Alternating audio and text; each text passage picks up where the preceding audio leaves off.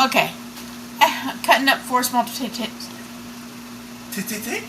Yeah, tit. Cutting up 4 small potatoes, about this size. This is my last one I got to cut up.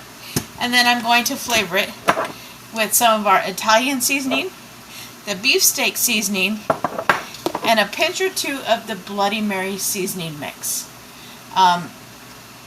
This is for making Bloody Marys. It has a spicy, tomatoey kick to it.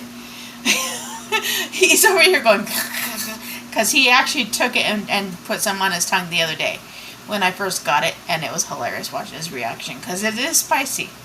So this is just to give it that little bit extra zing. And then maybe I'll do a dash of salt as well. So we will see. So I'll be back when I'm ready to do that. Okay, now I have our potatoes. I'm going to take a dash of salt. Maybe 2 dashes. That's it. That's all the salt we're going to have. And then we're going to take about a tablespoon of the Italian dressing, which is what this is. No, this is the Italian seasoning. We're going to take about a tablespoon of this. It smells so amazing. It smells good. Okay, maybe about half a tablespoon. And we're just going to sprinkle that on. And it smells so amazing. I'm going to do a little bit more. So maybe a quarter of a tablespoon. Because I've got quite a bit of potatoes here. And now for the beefsteak seasoning, I'm going to do a quarter of a tablespoon.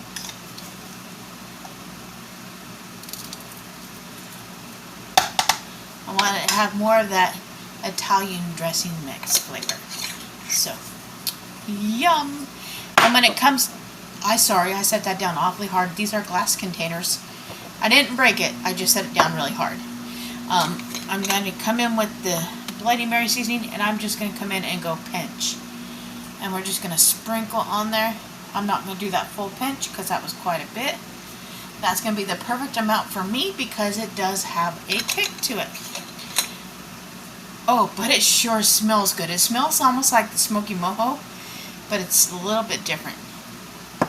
And the smoky mojo is really delicious on chicken. I was thinking about putting that on the chicken when I put the chicken on top, because I'm going to put the potatoes down here at the bottom once I mix them up. So the potatoes are going to go down there. My chicken's going to go on the trivet because I'm going to set the trivet here, and the juices from the chicken are going to drop onto the potatoes and help flavor them even more than what's right here. So, yum! Now I just got to, I need this to season my chicken, so I can't use that. So let me get another spoon. And we're going to stir the potatoes and get the seasoning all over the potatoes. You know how hard it is to stir potatoes that are raw? Because they're so crunchy. I would almost be better off just like shaking it, but I don't want to shake it. Okay. But there's our potatoes with the seasoning all mixed throughout it. Yum. Trivet. Square steamer pot right here. Right down below. Potatoes going in. Making sure I get all the potatoes and all the seasoning out of the bowl. And it is all out of the bowl. And then I'm going to stir it a little bit more now that they're in here and make sure everything is nicely covered and coated. And it really is. It's covered and coated and it smells amazing. So, there's our potatoes. The trivet is going on next. And it just sets gently on top. And then when the chicken's done defrosting in my microwave right there, I will get it and I will add it to the top and figure out what flavorings I want to use. I know I mentioned the smoky mojo, so that's one, but I want to have flavor. And I'm doing the chicken thighs, so I know it's going to drip the juices onto the potatoes, so it's going to be delicious. Mwah. So, okay, I'm back. My 3 chicken thighs are right here. I'm going to just do a tiny bit of salt. Barely any came out. That's getting put away. A little bit of pepper. And I'm just salting and peppering the top half because the flavor is going to go right down through. And then we're going to come in and shake on some, because I got the shaker lid I put on here. This is the chicken and rib. We're going to generously flavor our chicken with this. We're going to flip it over and do both sides. So we want the flavor all throughout on the chicken. And it's going to carry through and drip down onto the potatoes as well, which we have already really flavored.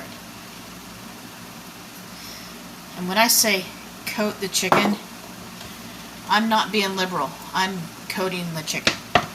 And then I want to come in with some of the smoky mojo. And I'm going to use my tablespoon. I like the smoky mojo. It's just got that smokiness to it.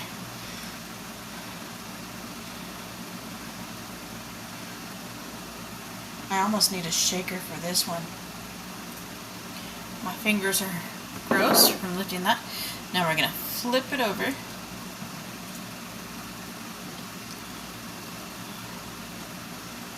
And I'm just going to use my fingers.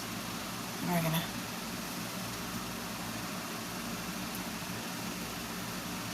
and I want to do a little bit more of the chicken and rib on this side. Because this is the side that's going to be up and carry the flavor all throughout. And now in the steamer pot it goes. So I'm going to put them in the steamer pot, just resting perfectly on top.